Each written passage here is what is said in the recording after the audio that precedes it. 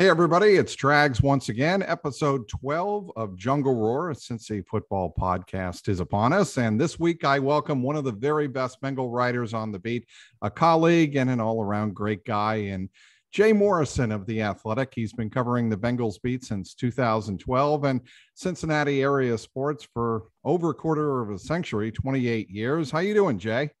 I'm doing well, Mike. Thanks for having me. Yeah, this is going to be a fun podcast. I just feel it in my bones. I think I really like this Bengals defense, Jay.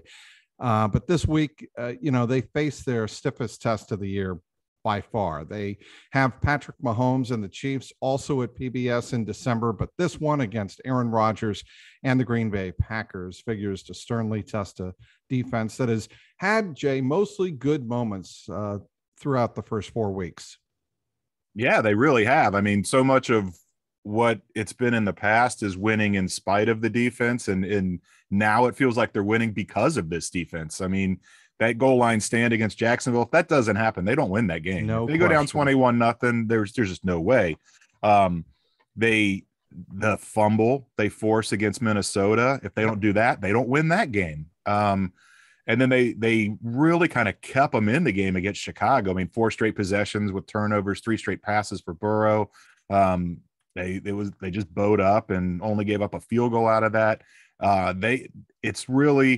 It's not surprising because we saw it in training camp and in OTAs that it was like, hey, this looks a little bit different. But you always wonder, you're going against teammates, you're going against heirs. Sometimes you wondered what it was going to look like when it got real. Right. And it's been as impressive as we thought it would be. Well, I think it starts with the defensive front. And look, we had the opportunity to speak with DJ Reader on Monday, and I love listening to DJ Reader. I could listen to him talk literally all day long. He has just got a great personality. You can tell from the moment he signed before the 2020 season as a free agent with the Bengals, he has the right attitude, the right temperament. I think he's a terrific leader on that defense and that defensive front. But for him to choose the Bengals over the Denver Broncos, to me, spoke volumes as to how impressive he really feels Cincinnati can be. Yeah, and I mean, a part of it was Cincinnati, part of it was Zach. A big part of it, and he talked about this, was Joe Burrow. Even though they had not drafted him yet, the writing was on the wall that, yeah, everybody knew that they were going to take him. And he said that's what his agent asked him. Who are you going to bet on, Joe Burrow or Drew Lock? I think everybody would take the Joe Burrow bet there. But he has been, since he got here, he's been that guy. And Paul Dehner and I talked about this on our podcast this morning, that Zach talked about how it's a defense full of guys that are just committed and they love football and they love talking about football. And we see that when these guys come in to do press conferences, they don't want to be there. They'd rather be doing almost anything but talking to the media.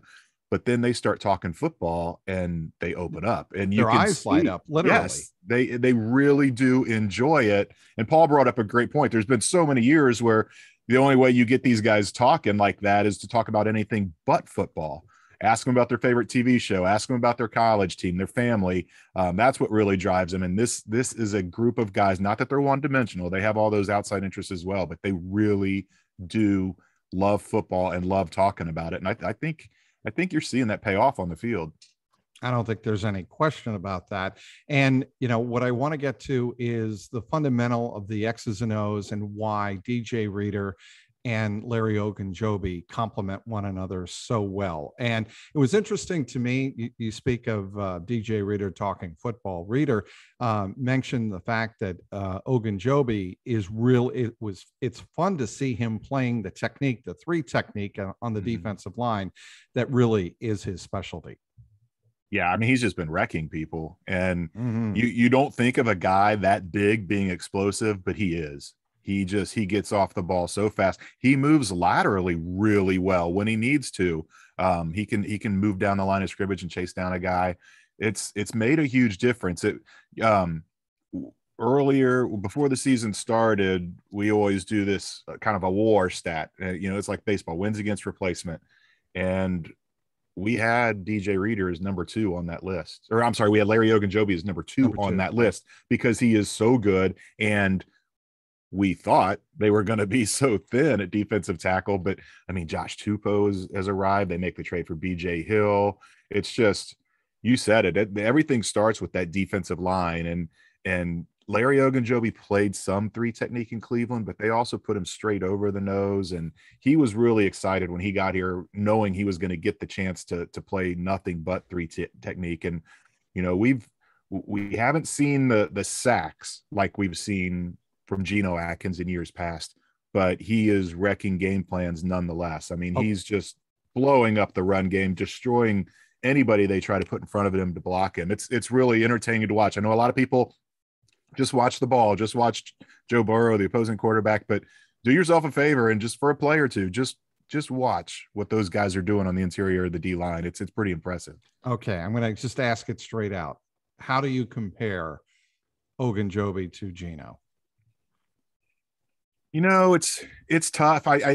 Geno had that knack for getting to the quarterback and getting the sacks, and we haven't seen that from Larry yet. And Larry's older than what Geno was in his prime. Not a lot older, but he is a little bit older. The other thing is, you know, Larry has DJ Reader to play off of, and a lot of times Geno didn't have that. It was Geno and then whoever they had next to him, and yeah, they have quality ends, but they never. I don't know that they've ever had this good of tackles side by side on the interior of that D line, and it's like DJ Reader said yesterday. It's they all watch each other hunt. They're not all going to get to the quarterback on the same play, but one of them is, and they're all happy to see it. And I mean, 6 defensive linemen already have sacks. We're only 4 games into the season. They only had 17 sacks all of last year. They've already got 11, and 6 different guys on that D line plus Logan Wilson have one. It's been really spread out and been really effective and efficient what they're doing defensively. I also think it was interesting that DJ Reader told us that everybody is on the scoreboard now. The board, as he called it. There is a scoreboard. And there is a scoreboard, certainly in that defensive lineman room. And that matters because now everybody feels they have at least one sack and something on the scoreboard to index how well they've contributed to the defensive front in general. And nobody is worried about, everybody's got theirs, but I've yet to get on the scoreboard. And I thought that was interesting because it's a tell that, now that everybody has something in the bank, so to speak, they can just go about, helping one another out, which is what, his point was. The funny thing is you get so caught up in how well they're playing, you almost forget about what could have been. If Joseph Osai had not gone down in that preseason game against Tampa Bay, I mean, imagine what this D line would be. Maybe they wouldn't all have a sack at this point because that guy probably would have had a lot of them. Not to interrupt you, Jay, but in the first half last week against Jacksonville, I did tweet out. I said, it's games like these that make you wonder how much they miss Joseph Osai because they were having trouble getting, obviously, to Trevor Lawrence. And he was running outside the pocket. He was giving him a little bit of trouble, actually a significant amount of trouble as they built up their 14-0 lead. And, you were wondering, does a mobile quarterback really kind of highlight, the loss of Joseph Osai? But it's interesting that the Bengals were able to make the in-game adjustment. And I'll tell you this, their ability to come back in both the Chicago game that they lost when they were down early and the game against Jacksonville that they came back and won, the defense allowed a touchdown on the second. In the Jacksonville game, it was the second possession, but in the Chicago game, it was the first possession. The point is, I thought they made great adjustments defensively as the game went on, and I think that's a great sign going forward. Yeah, and people forget how tough it is. I mean, Zach was 17-1 when trailing at halftime before that game, trailing by 14. I mean, you see it in college. Teams get off to a slow start and then they hit the gear. It's different in the NFL. I mean, coming back from 14 points down, I had the stat. I'm trying to go off the top of my head, but I want to say NFL teams were 4-100 in their last 104 games in which they trailed by 14 at any point. So it was impressive that they were I'm shocked by that number. And I'll tell you why.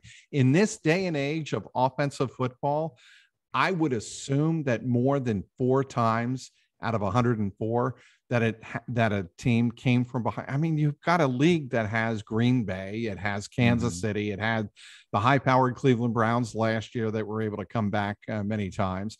I'm surprised by that number very much. The caveat with that is at any time. So it was not it did not stretch back very far to find, because teams, it could be a 7-point game the whole way, and then the team scores to go up 14 with a minute left, and they led by 14. So of course no one's going to come back on that one. But you're right, it did surprise me. I didn't think it was going to be that bad. And it just, Zach took a lot of heat last year. I asked him about it in the press conference. They couldn't score in the third quarter. 8 of the last 9 games last year, they didn't score a point in the third quarter, and everybody's saying halftime adjustments. It's like they don't really have that much time at halftime to come up with adjustments. It's on the fly adjustments as the game goes along. Right. Halftime is just this like data point along the scheme, and they get a little time to rest and come up with stuff, but it's not like they're in there scheming up new designs. It's that you just try something that you've already worked on earlier in the week. And I think that he does deserve credit for that, because it is very hard to do. And yes, they weren't playing world beaters, but it's still the NFL. You come back on a team and you're down 14, you come back and really kind of blow them away. Even though it was a game-winning field goal at the gun, they owned that second half. No question. They converted every single third down offensively, and that was a big key to the victory. Speaking with Jay Morrison, covering the Cincinnati Bengals for The Athletic. Please do follow him on Twitter at Jay Morrison, ATH, all one word, no underscores, nothing like that. So, okay, I want to continue to talk about the defense, but the back end. They need Chidobe Awuzie to return from his groin injury this week. If Awuzie is back to full strength, Jay, and you team him with Trey Waynes, and then you have Mike Hilton, the slot corner, and then you throw in Von Bell, and if Jesse Bates comes back from his neck injury, I really like the way that defense shapes up on the back end. Yeah, I do too. I do think we are going to see Awuzie. I think he could have played last week had it not been for a Thursday game. And it was smart to hold him out. Yes, absolutely it was. And part of that was playing a winless team in Jacksonville. But I'm really interested. I've not done this yet, but I want to go and look and see what kind of the history is between Davante Adams and Trey Waynes, because I imagine they've been matched up quite a few times. And it's going to be interesting to see who won those battles, and will Trey Waynes travel with Davante Adams, how they're actually going to attack this Green Bay defense. But I think they match up really well. Especially it's hard to get to Aaron Rodgers, but it's not unheard of.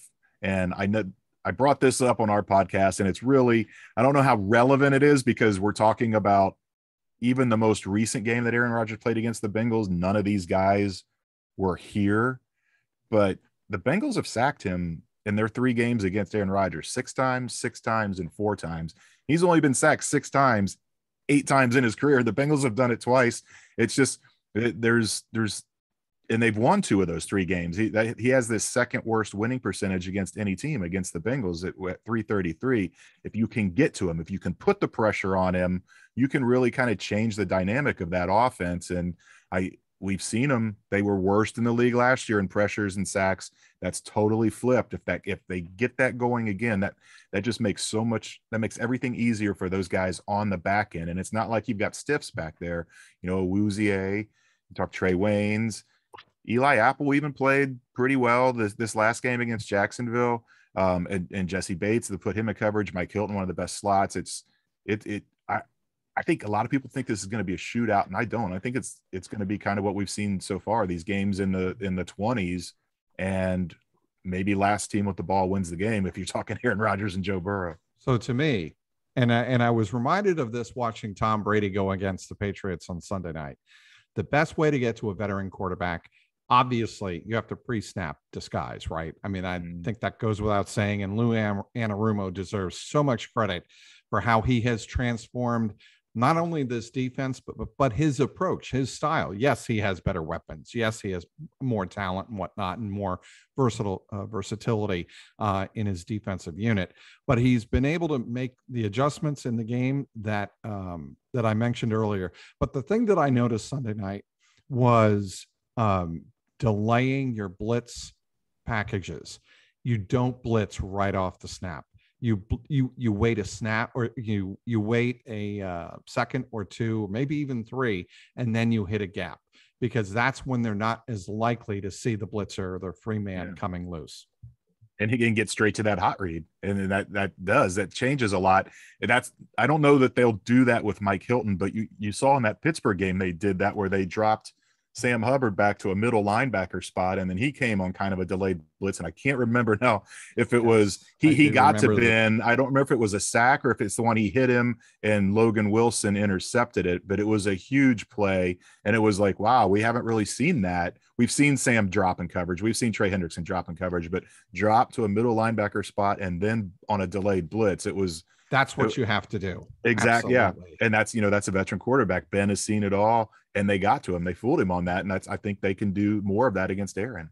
Yeah. I think it's going to be a fascinating matchup. I think everybody remembers the last time Aaron Rodgers was in Cincinnati. It was all Green Bay for 3 quarters. And then of course the comeback from 30-14 down to 34-30 victory for the Bengals in what arguably was one of Andy Dalton's greatest games, along with the comeback against Seattle. Would you agree with that, those 2 games?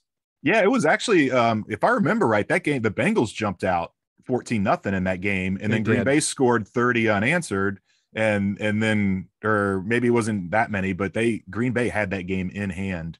Completely. And then the fumble going for it on 4th down, and the ball pops into Terrence Newman's hands, and he takes it 60-some yards for the touchdown. It was a crazy game, and that was a season. You saw the clip in the Sunday night game, or not in the Sunday afternoon game, when Aaron Rodgers, like Tomlin called the timeout because he knew Aaron Rodgers was going to get him, and they kind of exchanged smirks. And Mike Zimmer talked in that game about how Aaron Rodgers did that to him. He kind of like looked over at him and gave him the head nod, like an appreciative, yeah, you got me there kind of thing. And then that was week 3. And I believe it was 2 or 3 weeks later, they snapped Tom Brady's consecutive games with a touchdown pass streak.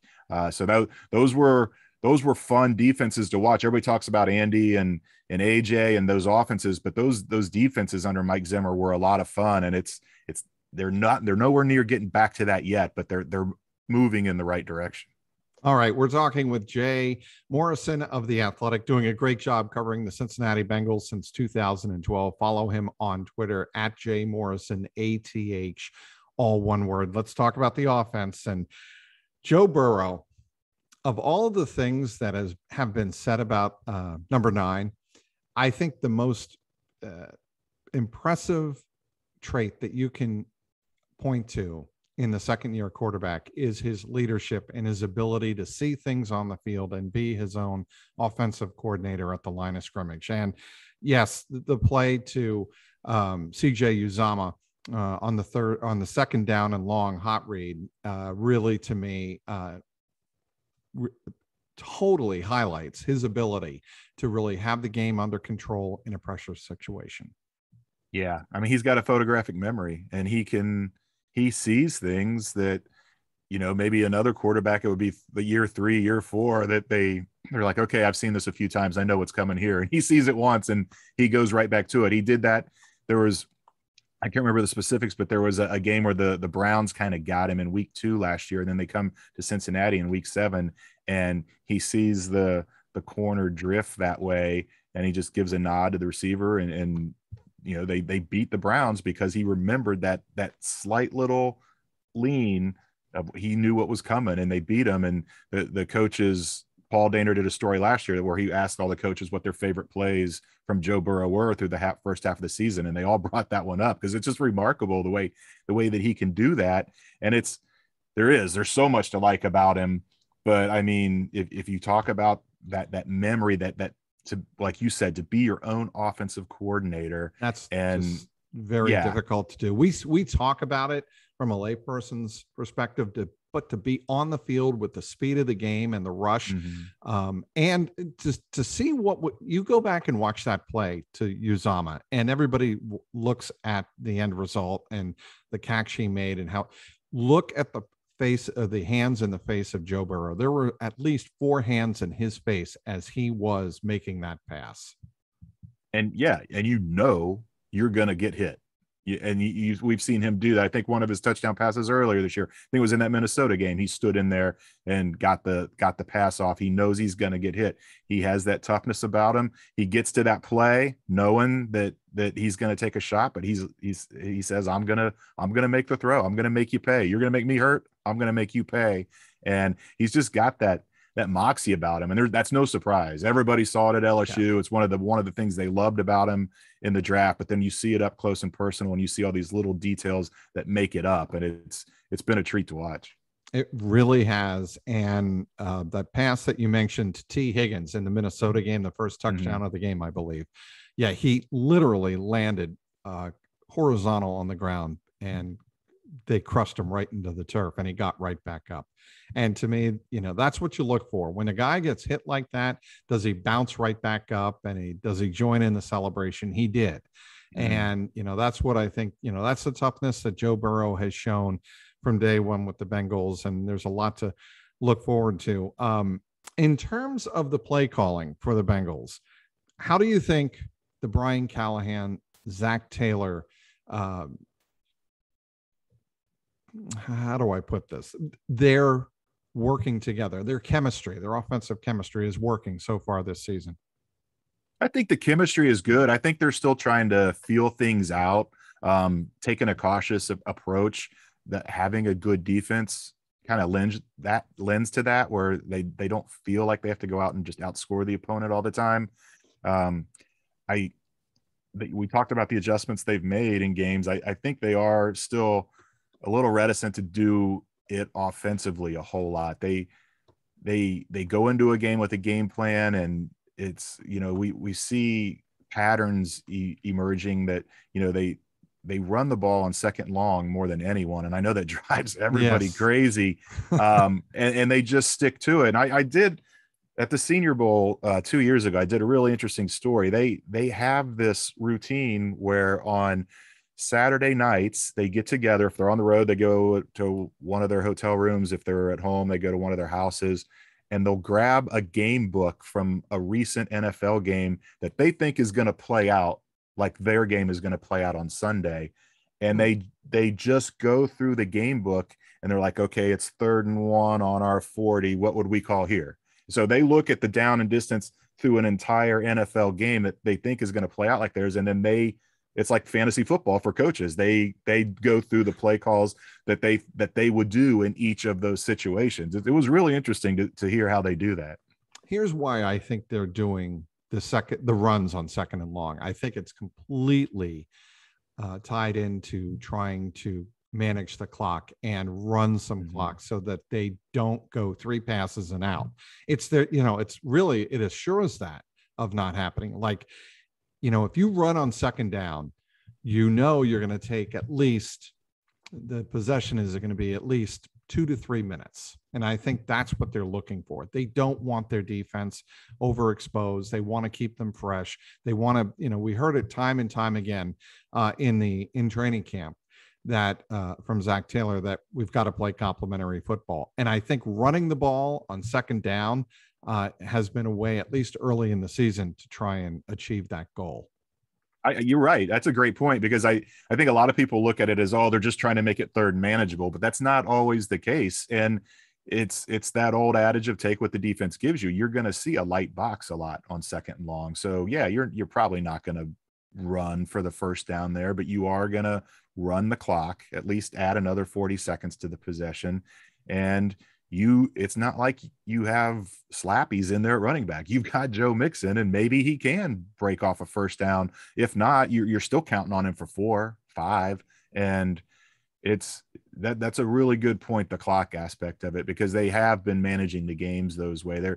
They have to be among last in the league in plays run because of the way that Pittsburgh game worked out, where the defense was on the field for so many plays, just check down after check down. And the Jacksonville game, even, they didn't run a lot of plays, but when they need to, they can bleed that clock. We saw that 5:33 that they bled off the final drive of the game. I thought that was their best drive of the season. Yeah, it really was. And it was ironic because it was a great job by Joe Mixon on second down to get down in bounds and keep that clock running. And I think that's what led to the injury. It was him kind of going down awkward. That was the play he got hurt on.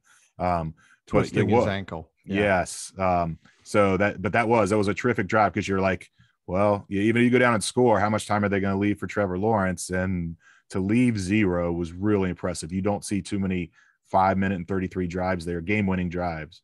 You know what drove me nuts? I'm just going to go on a rant because I went on a rant Sunday night and Monday morning with my Patriots colleagues, my former colleagues, but I obviously still stay in touch. Sure. Evan Lazar and with our company CLNS Media, he covers the Patriots, but a few others of broadcasters in New England. I thought the end of that game was horrifically managed, both by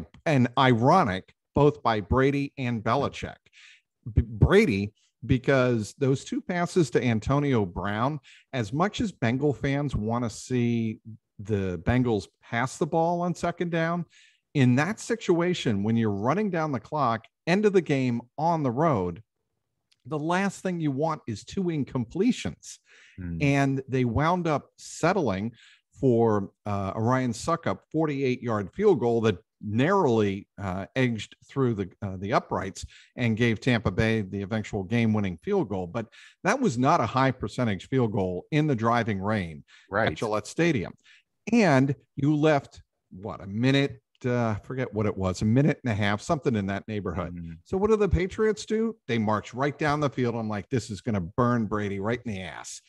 And what do the Patriots do on 4th and 3? And I know some of the analytics pointed to the fact that Belichick should have gone for it, but I was screaming at the TV, why are you not going for it there and settling for a 56-yard Nick Folk field goal?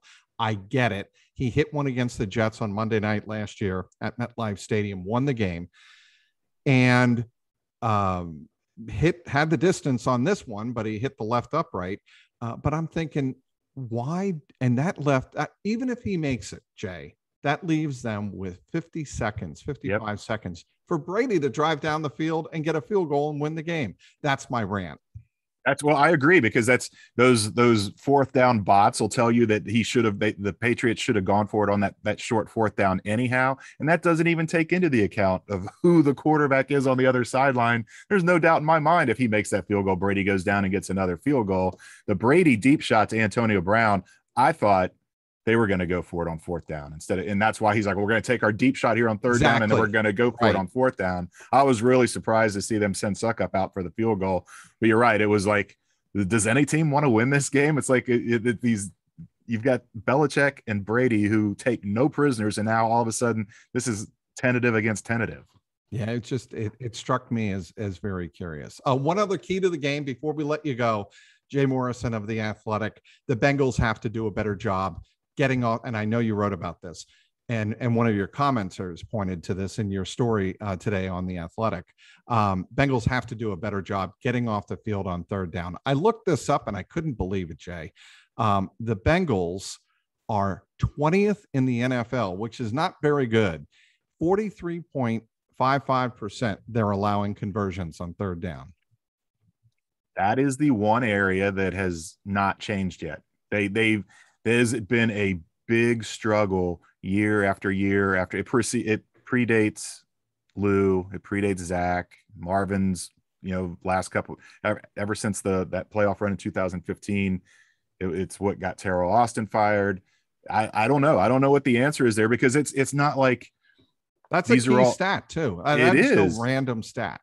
And it's not like they're 3rd and 2s, 3rd and 3s. They give up a lot of 3rd and longs. And those are really killers when you should get off. You can almost kind of tip your hat to the other team if they convert on 3rd and 4. You let them convert on 3rd and 10, 3rd and 12. You got to be kicking yourself. And it's okay now. I don't want to say it's okay now, but you can overcome it now because it's early in the season and these guys have their legs and they have their win. But as this season gets longer, you can't just keep leaving the defense, or the defense can't just stay out there. Nobody's leaving them out there. They're doing it to themselves by not getting off the field, but they can't continue to do that. You've got to get off the field. Number one, to save yourself and prevent the other team from scoring. And number two, you want the ball in Joe Burrow's hands as much as possible. I don't know what Aaron Rodgers percentage is on third down or what Green Bay's is, I'm betting it's really good. And that could be the key stat on Sunday is can they finally have a game where they can get off the field on a regular basis, hold Green Bay to 35%. That might be all it takes. That is Jay Morrison. Read his story on The Athletic today, Tuesday, October 5th. Bengals defense preps for the biggest test yet against Aaron Rodgers and the Packers. It's, as always, a great piece of work from one Jay Morrison. Jay, thanks so much for joining us. Thanks for having me. I enjoyed it. All right. Want to thank everybody for listening and downloading this episode of the JungleRoar podcast. You can download everywhere you listen to your favorite podcasts like Apple, Stitcher, and Spotify. Also want to thank our great guest, Jay Morrison. Follow him on Twitter at JMorrisonATH. For Jay Morrison, I'm Mike Petraglia, and this has been the JungleRoar podcast.